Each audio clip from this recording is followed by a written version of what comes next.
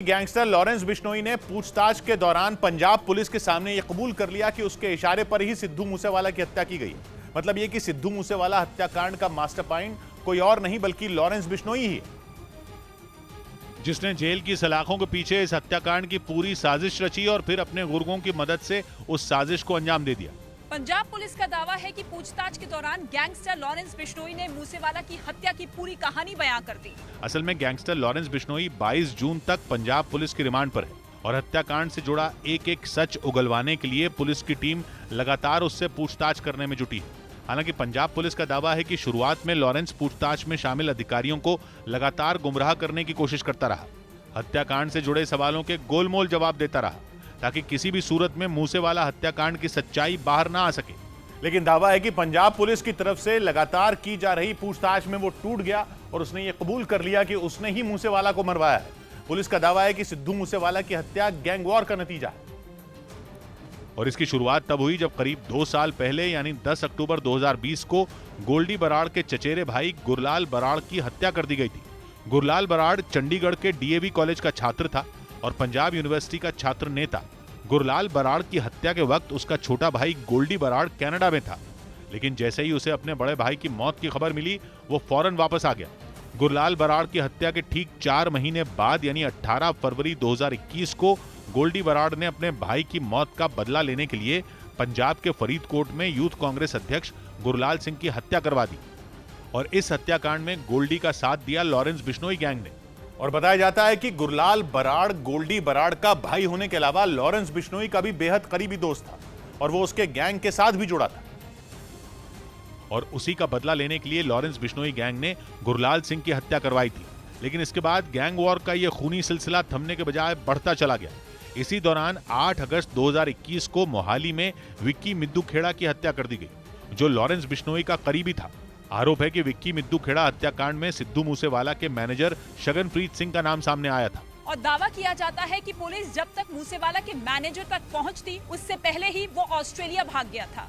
उस दौरान सिद्धू मूसेवाला पर यह भी आरोप लगा था कि उसने ही विक्की मिद्दू खेड़ा की हत्या करने वाले कातिलों को पनाह दी थी और पुलिस का दावा है कि विक्की मिद्दू खेड़ा की मौत का बदला लेने के लिए ही लॉरेंस बिश्नोई और कनाडा में बैठे गोल्डी बराड़ ने सिद्धू मूसेवाला की हत्या की साजिश रची।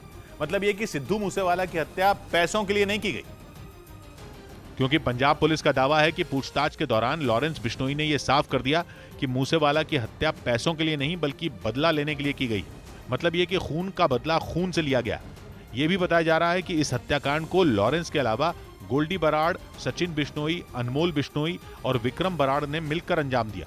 कुछ रोज पहले ही लॉरेंस बिश्नोई का गैंग संभालने वाले सचिन बिश्नोई ने न्यूज़ 18 को खुद फोन कर यह दावा किया था कि उसने ही मूसेवाला की हत्या की है। अच्छा, सिद्धू मूसेवाला की हत्या में आप भी शामिल हैं? आपने पोस्ट भी डाली थी एक। हाँ, मैं शामिल था, मैंने अपने हाथों से मारा उसको। पुलिस का दावा है कि सबसे पहले लॉरेंस ने तिहाड़ जेल में बैठकर हत्याकांड की पूरी साजिश रची और फिर कनाडा में बैठे गैंगस्टर गोल्डी बराड़ और दुबई में बैठे गैंगस्टर विक्रम बराड़ ने ही इस साजिश को अंजाम तक पहुंचाया। अनमोल बिश्नोई और सचिन बिश्नोई ने शार्प शूटरों का इंतजाम किया। पुलिस का दावा है कि सभी लोग मूसेवाला की रेकी से लेकर हत्या करने वाले शार्प शूटरों को लगातार आदेश दे रहे थे और पुलिस की तरफ से यह भी दावा किया जा रहा है कि लॉरेंस बिश्नोई मूसेवाला से इस कदर चिढ़ा था कि वो उसे बुलेट प्रूफ गाड़ी के अंदर ही मारना चाहता था और वो इसकी पूरी तैयारी भी कर चुका था। इसी वजह से हत्या के लिए AN-94 राइफल का इस्तेमाल किया गया था, क्योंकि AN-94 ऑटोमेटिक असॉल्ट राइफल एक ऐसा हथियार है जो बुलेट प्रूफ ग्लास को भी तोड़ सकता है। पुलिस का यह भी कहना है कि सिद्धू मूसेवाला की गाड़ी किस लेवल की बुलेट प्रूफ है ये जानने के लिए गैंग के कुछ लोग जालंधर भी गए थे। मतलब ये कि हर तरह से मूसेवाला को मारने की प्लानिंग की गई थी और इसके लिए अलग अलग राज्यों से शूटरों को बुलाया गया था। पुलिस सूत्रों के मुताबिक लॉरेंस की क्राइम कंपनी का जाल देश के 6 राज्यों में फैला हुआ और वो राज्य हैं पंजाब, हरियाणा, राजस्थान, महाराष्ट्र, चंडीगढ़ और दिल्ली। इन राज्यों में लॉरेंस के गैंग में 1000 से ज्यादा लोग जुड़े हैं, जिनमें शार्प शूटर, रेकी पर्सन, शेल्टरमैन जैसे कई लोग शामिल हैं। पुलिस का दावा है कि लॉरेंस बिश्नोई गैंग का मुखिया है और सचिन बिश्नोई गैंग में भर्ती सेल की जिम्मेदारी संभालता है, जबकि अनमोल, गोल्डी बराड़ और विक्रम बराड़ विदेश में बैठकर पैसों का हिसाब संभालते हैं। बताया तो यह भी जा रहा है कि गैंग से जुड़े लोग एक दूसरे को नहीं जानते, ताकि पकड़े जाने पर पुलिस उन तक न पहुंच सके। हालांकि पंजाब पुलिस को अब उन शूटरों की तलाश है जिन्होंने सिद्धू मूसेवाला की हत्या की है इस मामले में अभी तक 8 संदिग्ध शार्प शूटरों की लिस्ट जारी की जा चुकी है, जिनमें पंजाब पुलिस 4 शूटरों की तलाश में है। इनमें हरियाणा के सोनीपत का प्रियव्रत फौजी और अंकित सिरसा शामिल हैं। इनके हत्याकांड में शामिल होने की पुष्टि मोनू डागर ने की है, जिसे पहले ही पुलिस गिरफ्तार कर चुकी है। पंजाब पुलिस का दावा है कि मोनू डागर ने ही प्रियव्रत फौजी और अंकित को इस हत्याकांड के लिए अरेंज किया था।